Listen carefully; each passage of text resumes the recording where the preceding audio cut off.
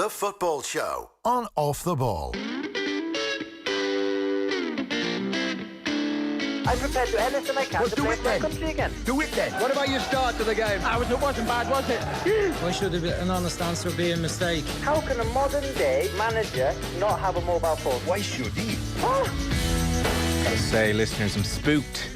This is the first time I've done a football show with the guest in studio since, well, you know yourself. Dan McDonnell, how you doing? Hey Joe, how are things? Good. It's nice to have you in. Yeah, well, look, I did have this exact chat with Nathan last week. Sorry. So I don't have the same one where we sort of go through how long is it since I've seen you? Is it in the flesh? We were having that chat during news, and then I don't want to get too personal here. I don't know, can I say? Oh, you can, yeah. Okay, so we just realised that me and my wife bumped into, listeners, I would say he was a mixture of shell-shocked and also smitten.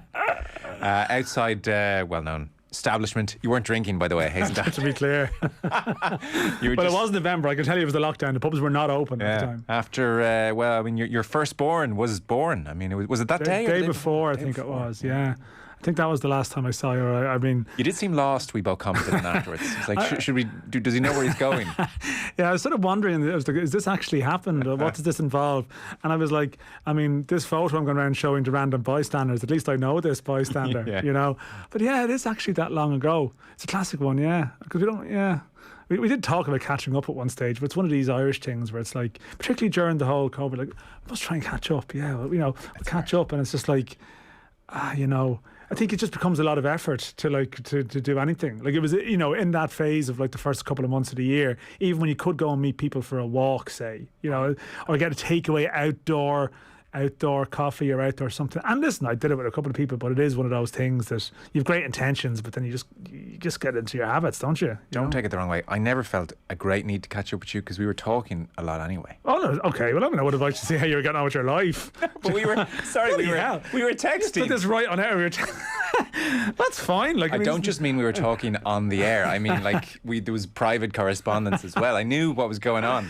But this, you just have to realize sometimes you have to catch up with people face to face as well. This is the best 2-minute opening to a football show we've had in months. I had nothing more to say to you beyond what was in my text message. I just see Aaron Connolly has scored twice tonight, by the way. Completely missed. That's something that's completely taken me by surprise. Just before we went on, I was like, well, check, because I know we're going to talk about some of the young Irish guns, and I was actually looking to see if Evan Ferguson was involved, who we were talking about recently, the 16-year-old, who I see hasn't made the bench.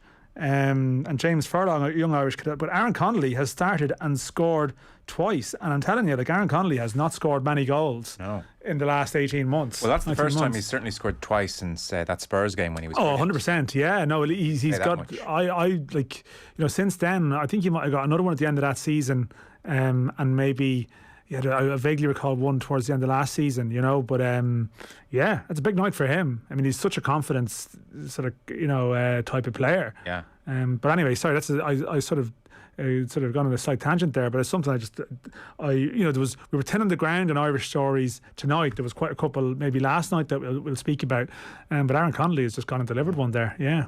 That is welcome news. If Aaron Connolly found some form, that would change things. Well, Aaron Connolly is going to be a big talking point, I think, in the next while around sort of Stephen Kenny's era, because I think he's shown faith in Aaron Connolly, which others would perhaps question, because he didn't look particularly fit, I have to say, in the last window, or confident.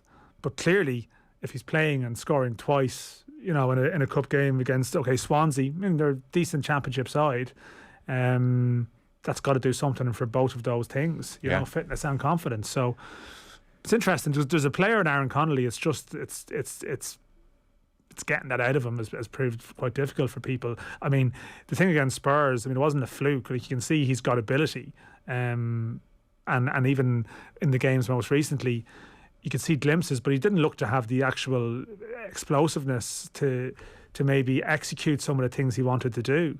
It'd be interesting to see what type of goals they were and what it means for him going forward. Manchester United still 1-0 down at home to West Ham, 64 minutes on the clock. Chelsea have taken a 1-goal lead against Aston Villa. That had been 0-0 for a long time. Arsenal 1-0 up at home to AFC Wimbledon. We have Leicester City away to Millwall. They're also leading there 1-0 up. And Wolves against Spurs looks like it's been a decent game. It's 2-2 between Wolves and Spurs against 63 minutes on the clock. will be, quite a few things to get through this evening. We'll be talking to John T. Coleman, who's Portsmouth correspondent, about Gavin Bazunu, just get a sense of how Bazunu has been playing week to week. Seems like he's done incredibly well at club level. And I guess Caoimhín Kelleher is responding every chance he gets. Yeah, well, I suppose this was last night's sort of Irish overseas story of note, was probably Kelleher saving the penalty all right for Liverpool against Norwich. I mean, yeah, like it is sort of, I mean, I've said it before, like how many discussions are people going to have about Bazunu and Kelleher in the next number of years? Like lots, like a serious sort of recurring theme where it does appear that and as much as there's always cautionary notes with these things, that Ireland do have two exceptionally good goalkeepers coming through. And Mark Travers, I must say, has actually got back into the Bournemouth side and is having a good season as well. Mm-hmm. And at another time, we'd probably be pretty happy with an Irish keeper, starting for a good championship club. But these two, I mean, where they can go is hyperbole is dangerous in this game, but I don't feel like it's misplaced with these. Who do you suspect is going to win the war? It's a good question. I think there's two different backgrounds here in different ways. I mean, like Kelleher went to Liverpool early, and looks to have everything, and looks to tick a lot of the boxes. But what he doesn't have is, we don't have the experience of seeing how a run of games, what it can do for him. Whereas Bazunu, it just seems like he's growing every time you watch. Kelleher seems like he's been very good all along, at a certain level, but we haven't necessarily seen a massive evolution in him because what we've seen in him was quite sparing. Whereas Bazunu seems like he just gets dropped into another challenge and he seems to embrace it. And certainly, like at the start of the year, if you put that question to me, or forget me, if you put that question to say someone around the Irish camp, Kelleher was very much ahead of Bazunu. Bazunu, at under 17 level for Ireland, he wasn't necessarily a starter, for example. Whereas Kelleher's been tipped the whole way up. But by all accounts, when Bazunu came into the Ireland squad in March, when Kelleher was injured and not there, he just wowed everyone, and we can see it now. He's just wowing people. He's winning a fan club with every game he plays. We'll speak to the Portsmouth correspondent later, where he seems to have done exceptionally well. I think he's a lot of people's favourite Irish player at the moment. I know, yeah, no, he's developing this, and is a very impressive fella as well, and that does count for something, But I think, in fairness, there's no quibbles about Kelleher on that front either. That's why it's a tough one. It's really, really difficult. Anyone who says with certainty they know, I doubt I doubt where their certainty comes from on it. But there really is split opinions, and as I said, I'd speak to people who have been involved and around the camp, and people in the coaching capacity and stuff, and their opinion almost seems to change as it goes on, and I think Bazunu is the one that's probably, he's surprised people more. But then if you speak to people who've worked with him for a long time, say some of the people at Shamrock Rovers, okay, they're always inclined to speak more favourably about their guy, in the way that maybe some people from Cork might speak more favourably about Kelleher. But people who know the character have always said this kid will go all the way, because they know what they're dealing with there, And Rovers have done quite well out of Bazunu, of course, as well. It's proved to be a very shrewd sale. Not to go for too neat a segue, but another player who had the world at his feet was Phil Jones. Did a really interesting interview in the Sunday Times at the weekend I wanted to get your thoughts on. In effect, this was Jones actually fighting back after Rio Ferdinand's comments on Rio Ferdinand's podcast. Yeah. I'm sure it's not too controversial thing to say that I'm sure Rio Ferdinand wants to make headlines with his podcast, all publicity is good publicity. Boy, did he went for Jones in a big way. He was saying, I want to get the word incorrect. Yes, waste of time. Yeah, it's a strong word. A waste of time, who's taking up a youth player's position. I don't know who this great youth player is that Ferdinand's talking about, but he called Phil Jones, a waste of time. And so Jones wanted to come out and do an interview, and he sat down with Jonathan Northcroft, and he said, listen, I've huge respect for Ferdinand, shared a dressing room with him, great professional, loved playing with him, great lad, good humour, I learned so much off him. But what he said was poor, it was really poor. I'm not into disputes, I'm not into arguments, and if he didn't know, he didn't know, ... And I guess that's the point of this interview. What we suspect Rio Ferdinand didn't know is that Phil Jones's knee has been a horror show actually all the way through. and I didn't fully appreciate this. I know he'd been out for the last maybe 18 months, but it seems even from when he was very early 20s, he was in serious trouble. He had to have the meniscus removed from his knee. It just wasn't repairable, apparently. So that left Jones for pretty much all his career, all his Manchester United career, with bone crunching against bone inside the joint. So apparently linear movement was okay, but anything sideways, which I'm sure is a pretty healthy proportion of your movement on a football pitch, anything sideways caused pain. So we're talking cocktail of anti-inflammatories and painkillers. And he said you'd lay the ball off and any resistance against the knee was just agony, the merest nudge. For years, I'd go into games thinking I shouldn't really be playing. And it's been horrific. The headline is, I lost my mind, I thought I was finished. And that was when he was talking about after, towards the beginnings of lockdown, he felt he was in the best shape he'd ever been as a footballer. He'd had some work done and he'd had a chance to rest, and came back to the training session and it blew up straight away again on him, and he just walked off in disgust, walked straight off the training pitch. And he said, it's the lowest I've ever been as a human being. My head was a mess. I'd be in tears. I'd say to Kaya, that's his partner, I don't know what to do. I remember both of us crying. Long story short, he has gone for what seems like last resort treatment, last resort surgery, and after 14 months of very lonely graft, I suspect, he was able to start United's pre-season training in July.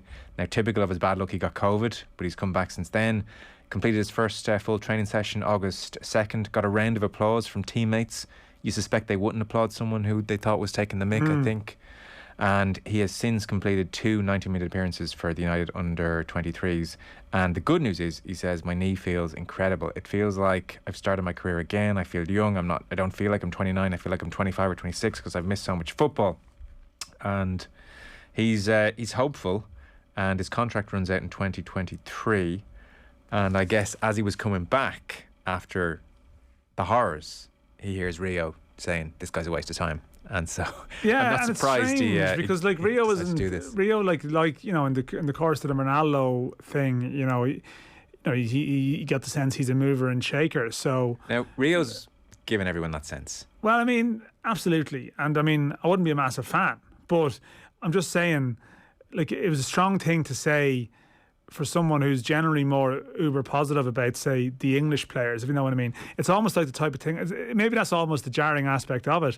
It's the type of thing you would expect to hear said about maybe some foreigner, in that position, in that way. So it almost made you think, wow, what it does make you think, God, is that what people are saying? Is that the view around the club? Or even it struck me if, he's able to spend 14 hours on the phone to Ronaldo or whatever the latest version of that is. He was in a dressing room with Phil Jones for 5 years. Drop him a text and say, I noticed you've been injured for 18 months. What's the story? What's going on? Yeah. That was it's a fair point. And when you mentioned we might talk about this, I sort of went looking around to see was there any more, and I see Jones done an interview on the Club podcast. Right. And again, listen, we work in it. You see that Jonathan Norcroft piece, and you could say, well, listen, this is something that they've decided to do, and it's a very favourable presentation of the discussion. But obviously you can pick up sometimes more by maybe watching, and it was actually sort of a YouTube clip. I saw a 5-minute clip of listening to the person talking to get a sense, is this someone, as you do these interviews where someone has their head down and they're clearly sort of throwing out the jargon.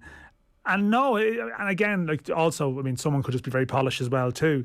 But it did seem quite sincere, and that clearly the fact he was doing this as well, there's probably been some kind of attempt maybe from his camp, all right, to say, well, you need to get out there and get ahead of this, to avoid this perception from being planted.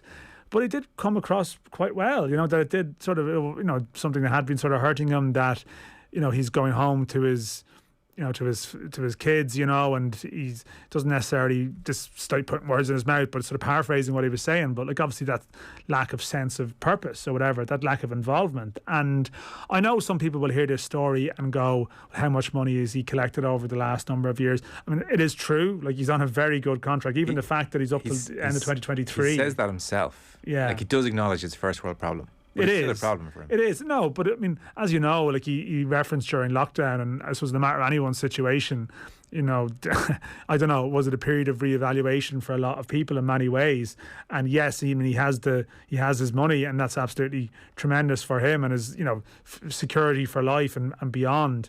But I mean, at the same time, if you're sort of becoming a small bit of a punch bag or even a punchline, and you've got, you know, it's not as if you can go off on holidays and get away from it for a month, you know, and get away from the world. You know, it's almost a time where he spoke about maybe getting fit during lockdown, having that focus, and here we go.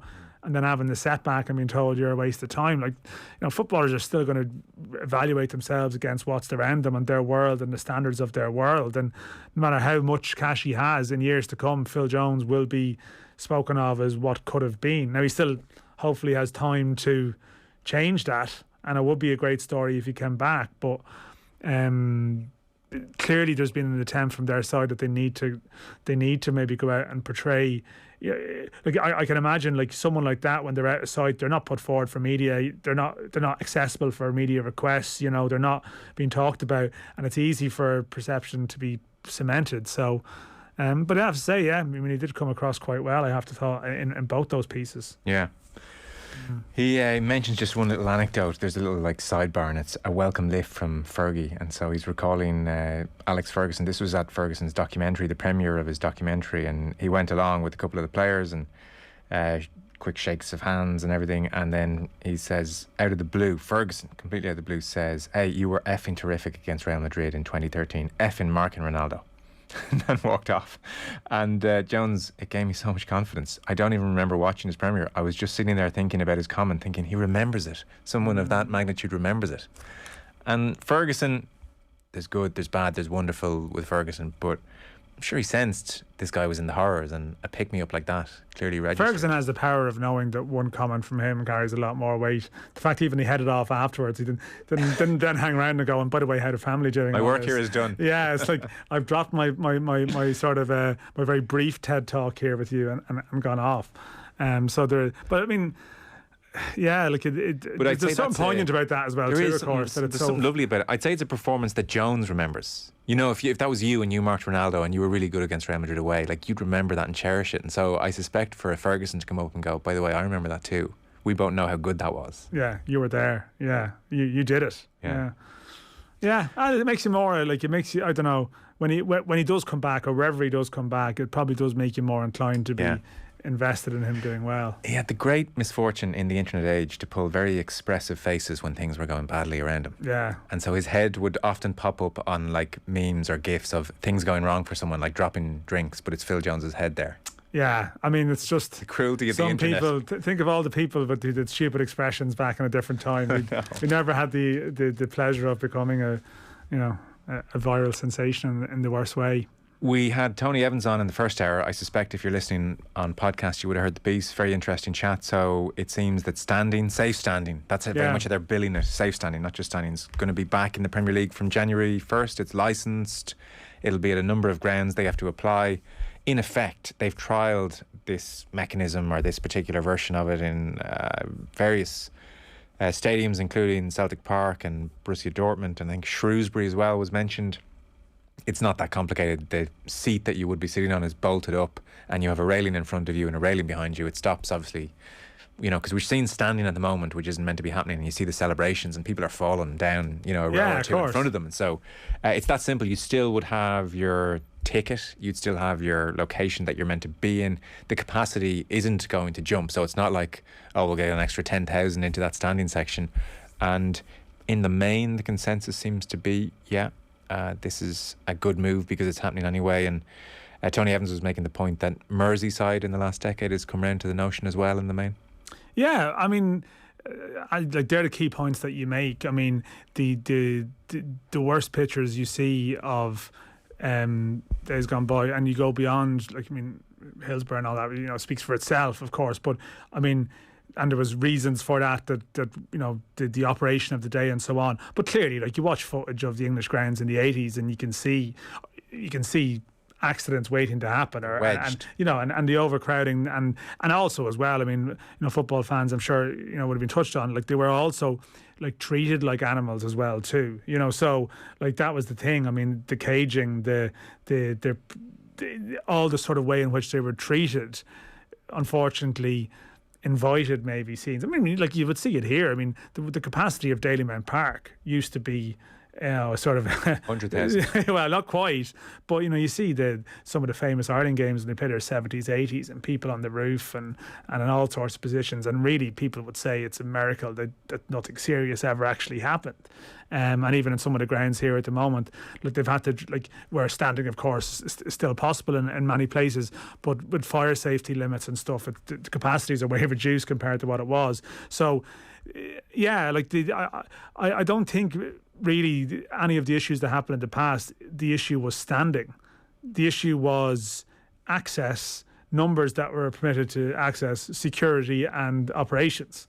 And if you can manage all of those things, well, then there shouldn't really be an issue, And as you say, like you see people who go to games now, and like a lot of people stand through games, as people who go to games wherever they go to games would know. Like, and in fact, someone standing up in front of you, can be a source of annoyance for people. But now, at least people who are determined to do that have a place to go. I think it's pretty logical, really, when you put it that way. I think so. It was just so emotive for so long. No, I understand 90s, it. But of course, like again, it was about what caused that. Was it just because they were standing? Clearly, something needed to be done at the time. And there was an emotive aspect to it. But again, Hillsborough and those things didn't happen just because people were standing. They happened because of how people were probably treated. Yeah, we'll mention Joe Kinnear in a moment, but first, just Ronald Koeman's financial arrangement. I was reading about that briefly before coming in air. It's quite staggering. So things not going well at Barcelona on various fronts, as we know, and Koeman's working with fairly average Barcelona side, a lot of kids in the side. Juan Laporta came in March, decided pretty early on Koeman's not his man. Juan Laporta, obviously their great president, and spearheaded a lot of the success, and then Bartomeu's came in subsequently and things not good. So Koeman not his man. 6 months later he thought maybe, and now he's gone right off Koeman again.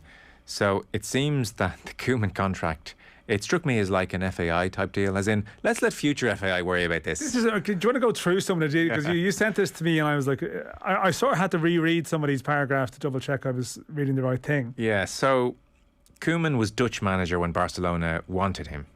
Now, the Dutch were looking for 6 million to release Koeman from his contract. Barcelona didn't want to pay that, certainly not at the time. So Koeman, out of his own pocket, paid the 6 million. Nice to have that kind of cash. I mean, that's a good power to have. There's a lot of people out there thinking, listen, Barca, I'll give you 10. I'll do it. It was €600, I think, twice about buying myself out of the contract.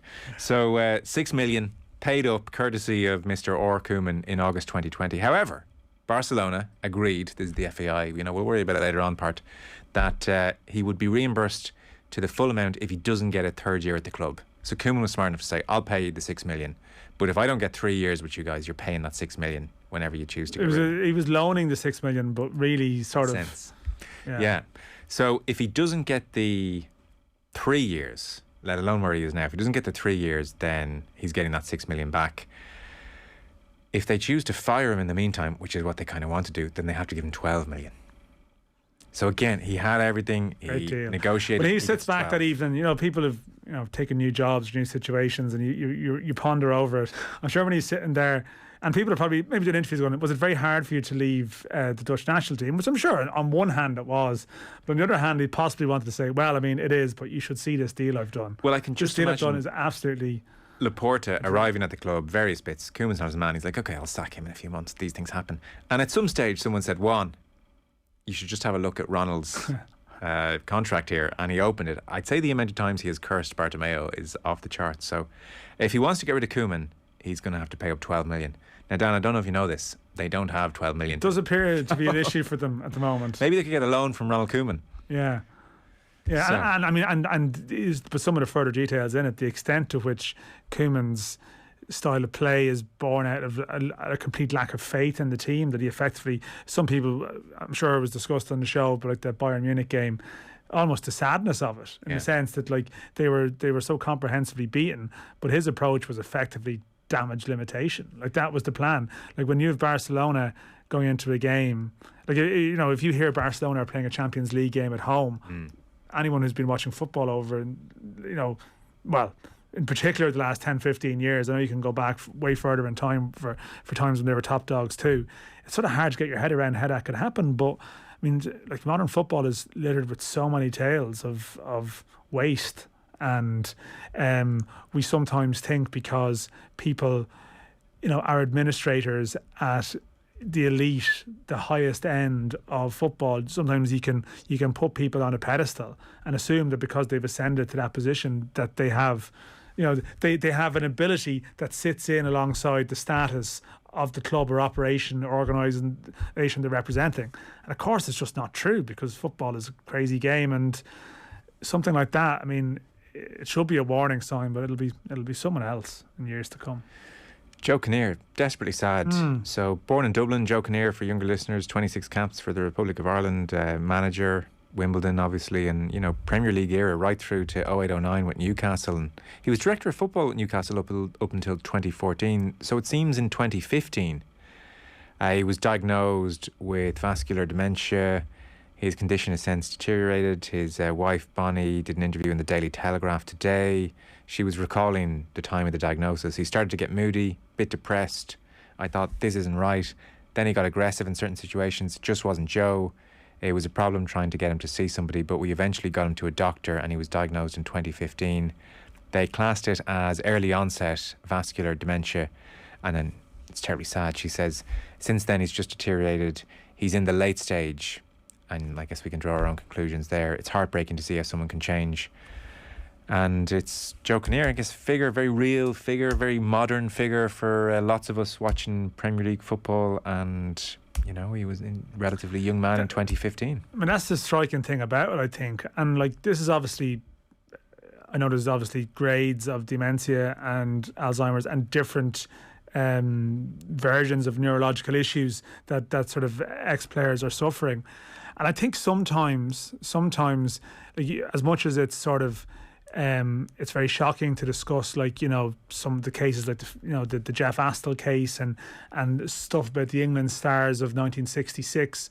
I think sometimes for people of a generation that are covering it, they think, well, that's something that's in the distant past, and it's sad, but people almost, I don't know, there's a sense of, well, that's something from a long time. And it's these cases where it's someone who's been part of the news cycle very recently, whose utterings, to be fair, in like press conferences and stuff would have been mocked at times, and certainly, we just can't go down the road of diagnosing, well, maybe this was the reason this happened at that time, but clearly, he